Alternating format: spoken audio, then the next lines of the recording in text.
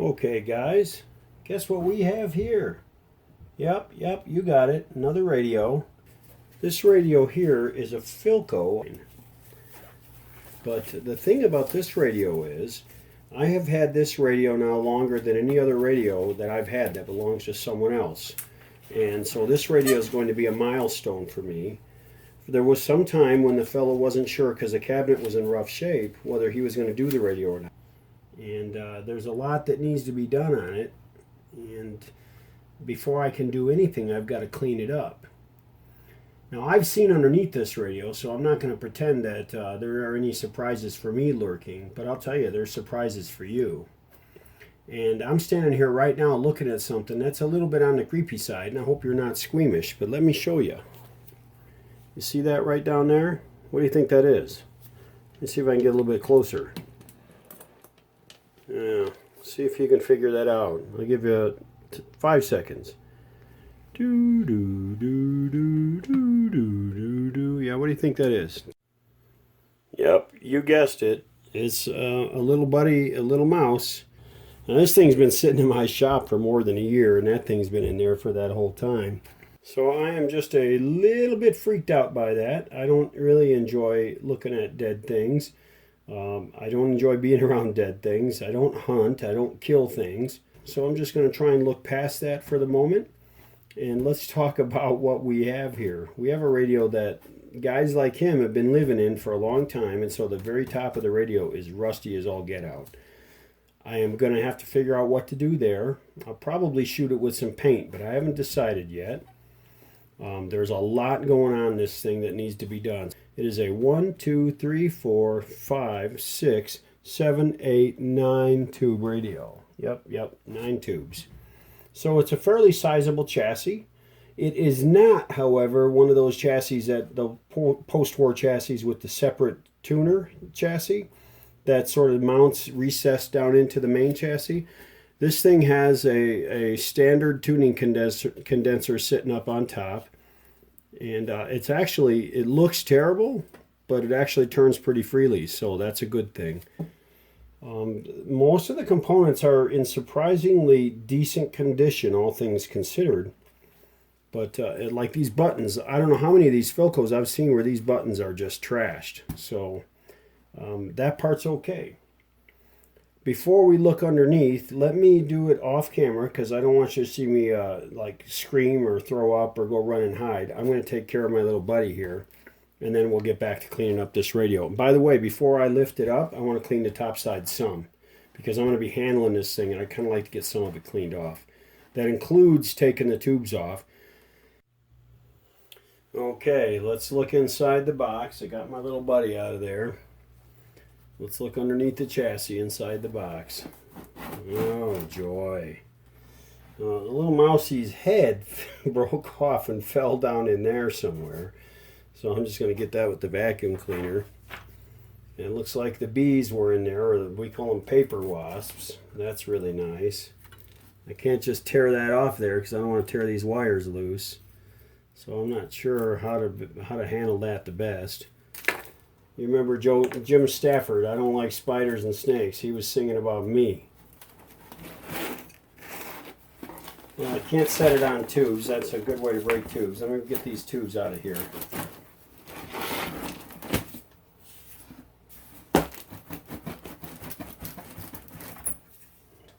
It's a 41 tube. This is one of those radios. I think it's a post-war radio, but it might be 1941. I don't remember. I'll have to look. But it's one of those radio designs where you'd think it would have more modern tubes. There's a mix of modern and old style tubes. So these 41s are kind of old. There's a second one. So if I remember right, 41s are output tubes, and this is a push-pull output. This then would be the rectifier, I'm sure. Probably 5Y3. 64, 84, okay. Okay, so we have two 41 tubes that sit right here, the output tubes, and there's the rectifier, an 84 tube right there. Here's a 7A6 Loctile tube, it goes right there. I don't know what this guy is. And you know what? If I take water to this guy, it will wash the numbers right off. That's one of the trademarks of Loctile tubes. Do not try to wipe Loctile tubes with water because it'll wipe the ink right off of the thing. Okay, here's a 7B7. So I wonder what killed that mouse. Have him stop right there in his tracks. I wonder if he got in there when this radio was running and got himself zapped. That does not look like a space where you'd get zapped or he was stuck, but who knows. Alright, finally we're going to turn this upside down. Let's see what lurks underneath here. Only one way to deal with this, you got to break it out of there. Signs that they chewed on stuff badly. So this red wire here that's dangling goes to this positive of this electrolytic cap. Let me get the vacuum cleaner and we'll take a look after I'm done with that.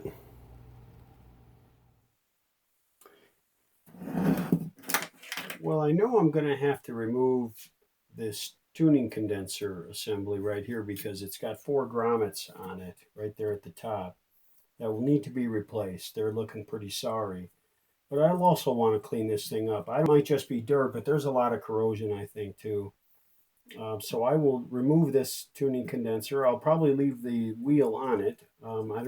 There's never really a reason to pull one off unless you have to get to something that it's blocking. But this is a wheel that I can work through. So I'll go ahead and get that off. But before I do that, I want to take this dial off of here because that's glass. And I really don't want to damage it. I'm not sure if this is a rivet or a screw head. I'm going to try loosening it and see if it comes off. Maybe this whole thing comes off as one piece. It doesn't really look like that. It looks like these spring clips hold this on. It's definitely a screw.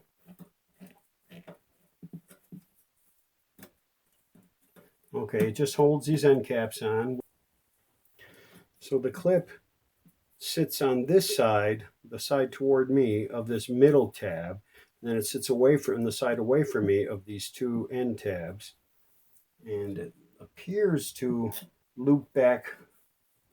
It appears to loop back under this tab. So the spring sits on top of this tab here toward me, goes behind these 2 tabs from my perspective, comes over here and goes under the top and the bottom tab.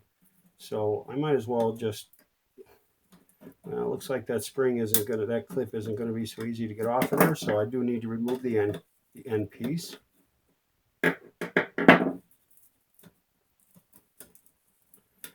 Maybe that spring will never come off. It's hard telling.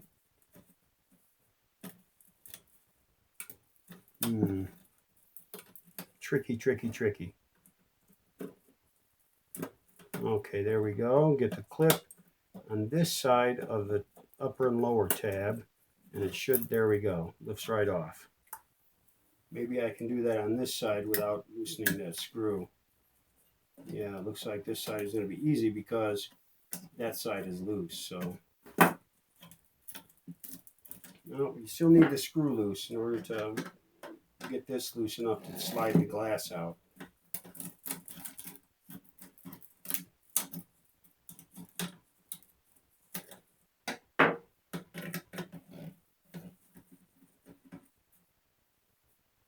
Kind of a complicated arrangement, I think. All right.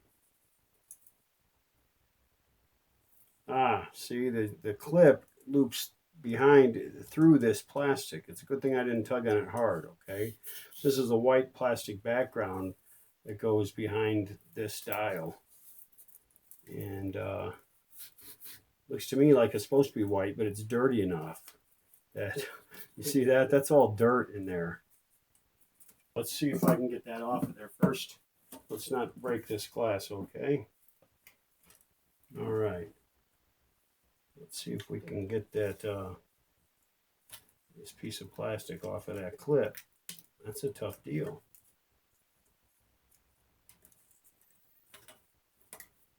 There's one side. Okay. There we go. So that's how the clip goes. See, that's all just dirt. That's not even, that's nothing but dirt. And this here will be dirty too. And this is all gasket material I'll have to replace. It seems to be a little piece of channel. You can see it there. It's a channel. See, that's how it was. It was a U channel. Anyway, I'll replace that. That goes here in the little clamp. I'll clean this all out.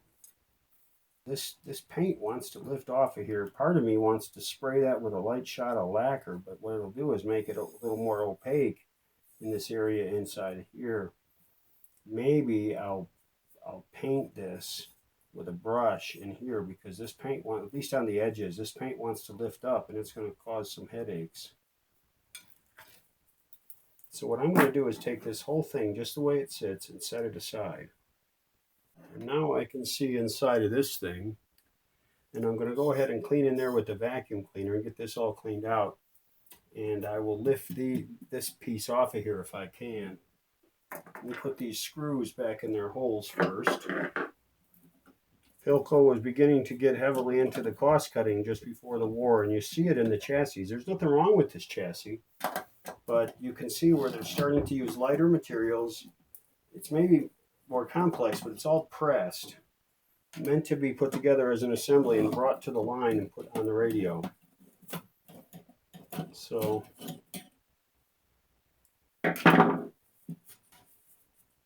okay, there's two more. There's one down here. It's hard to get to. Just barely reach it with the wrench.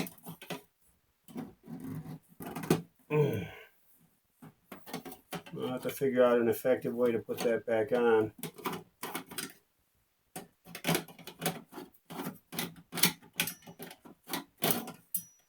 Okay. And one over here, so there's 4 total.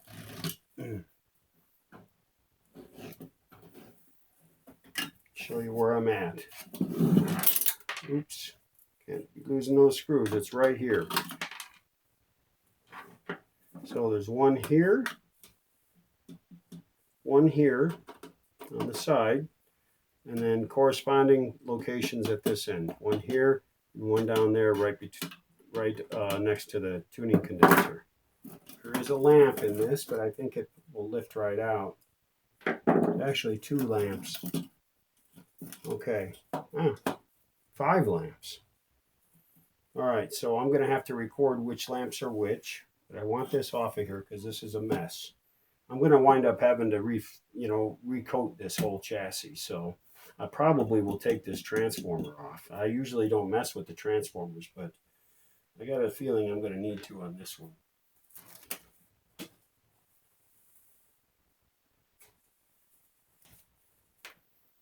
I'm dropping stuff today. I'm clumsy. I just went and assembled over at the shop that Edison, so I'm a little bit on the tired side. Okay, so these wires are going to have to be replaced anyway. They're a nasty mess. So I want to remember where they go. So let's take a look here. This wire that comes out right next to this can goes to this dial lamp that sits. It's the upper of the 2 in the middle of the dial. Okay, I'm probably going to number that number 1. Number 2 will be right here. 3, 4, 5. Looks like these might be okay wire wise. I'll look at it closer, but these certainly are shot. So I may be able to, I may want to sleeve those. I don't know. Let me just pull them out for right now. I'll decide later. Okay, there's number 1.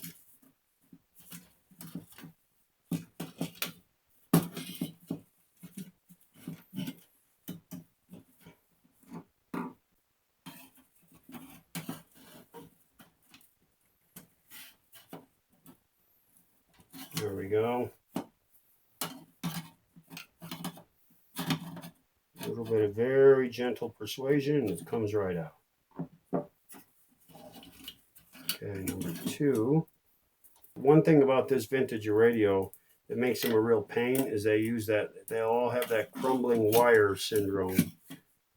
It's a real pain, which means that generally means you have to take a lot more of the radio apart than you otherwise would, and it requires a lot more time.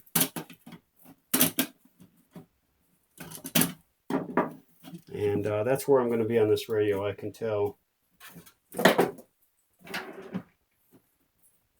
Okay.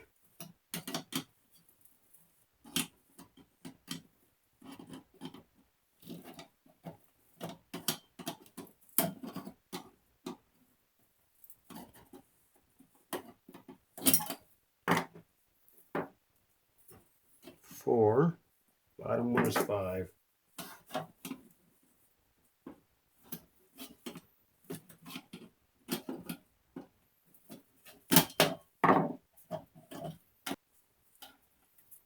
Okay. I will wash that. There's no point in doing anything different with that than washing it. I mean, what do you do with wire like that? All you can do is cut it out of there. And what I'll have to do is leave some pigtail on this thing, do a butt connection, solder it, and run a sleeve over it to make that work. That's the only way you can make a situation like this work out. Okay. 1, 2. All right. The next step now is going to be get this thing off of here so that I can deal with this chassis. And I'm going to try and leave these cans alone. I might pull the covers off and look. My hope is I'll try to touch those screws and see if they turn easily. I'm not going to mess up the adjustment if I remember where they are and I put them back. I'm going to have to align the radio anyway. So I'll touch those screws, see if they're going to turn easily enough. If they are, I'm going to leave those cans alone except to clean the outside of them. If the chances are that they're a little dirty inside, but not terrible, not enough to screw with how they work. Getting to where that tuning condenser connects is going to be a bit of a hassle. So I'll have to figure that out too.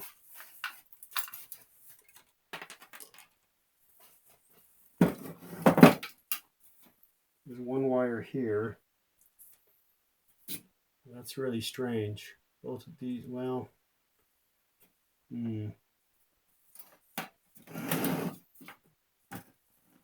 there's the other. There's 2 wires over there. So this is the ground wire here.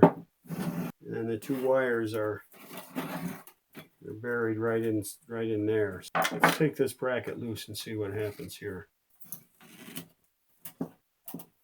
Maybe it'll tilt it sideways enough, especially if I remove that wheel. I don't usually like to remove the wheels, but it looks like I might need to on this. Okay, so what you'll do when you remove a pulley from something is you mark it, so just in case you need to reference how it's sat. Okay, so just like so. Then you can take it off without worrying about it. Philco likes to use these funky set screws that you basically have to get a hold of with pliers. You can do it with a wrench if you can get to it, but usually you can't. But they're usually not in there super tight either. Okay, they're coming loose.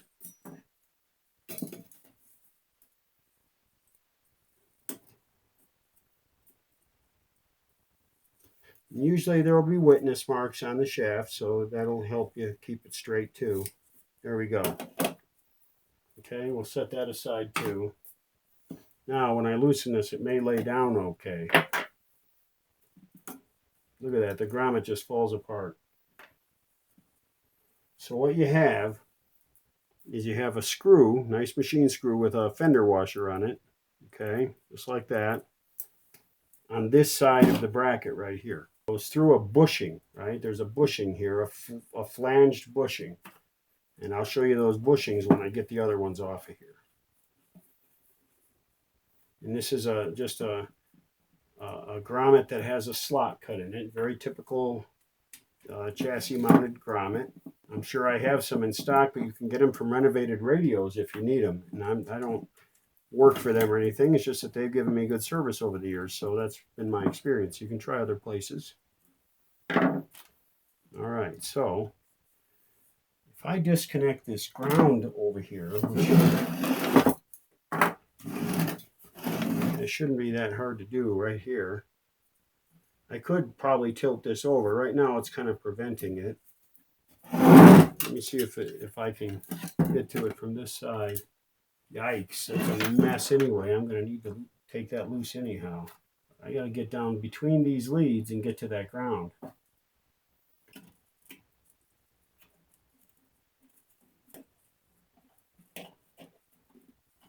Okay, let me show you what I have here. The ground for that tuning condenser comes up here and wraps around this ground lug, but there's a whole bunch, this nasty wire right here was also wrapped around it. I thought that wire was the ground lug from the tuning condenser, so I'll have to remember to connect that to ground right here.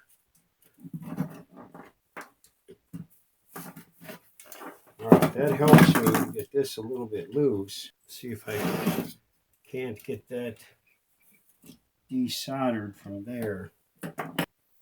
You see right there, there is a tan wire coming up here. I'm going to disconnect it right there, and I'll just have to figure out how to connect it when I get back to it.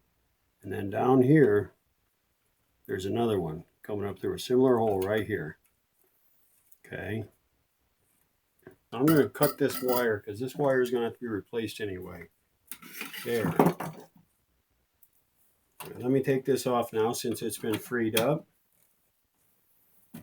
There's 3 screws and it should lift right off, and some of this nastiness can be repainted. And what I will do is I will find out where those wires go on the bottom side, and I'll remount this tuning condenser on this bracket. I'll put wires, new wires on the tuning condenser, and I'll run them down through the holes and hook them up where these guys go to. All right, look at that. Okay, I'm gonna go stick this in the tub. Now, from this side, okay, we saw the other side, the screw in the fender washer. From this side, these little flared bushings, okay, go through the grommet. They go through the grommet and into the bracket. See, that's the flared, flanged bushing. Okay, looks like it's about between a 1/4 inch and a 1/2 inch tall. Not important. I got all 4 of them, so I don't need to worry about replacing them. I'm just going to take them out of here. See if I can't take some out with. I'd like to take at least one out with the grommet intact so I can see what the grommet's supposed to look like. It doesn't look possible. These are in rough shape. Well, that one's pretty close. Wow. I don't know what it is about the rubber they used on these, but they're always in rough shape. But then again, any rubber probably would be. Okay, this one might be okay to see. The flange sticks to the rubber, and then it tears the rubber in half when you try to pull it out. Let me go stick this in the dunk tank. All right, we're getting closer and closer to a bare chassis. Not much more I can do on the top side of this beast. I'm going to put these away. I'm actually going to go soak this guy too. Might as well. I can soak it in soapy water. Won't hurt it a bit. All right.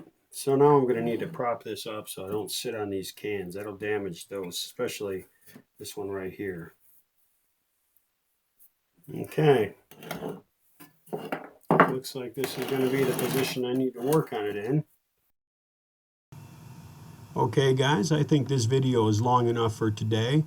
We basically have got the radio set up so that I can start working on the underside of this thing and the actual circuit stuff.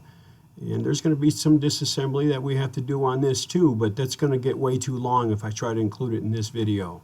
So I'll close this one down, and for now we'll go ahead and say from your Western Outpost in Salt Lake City, this is Michael. That's all for now.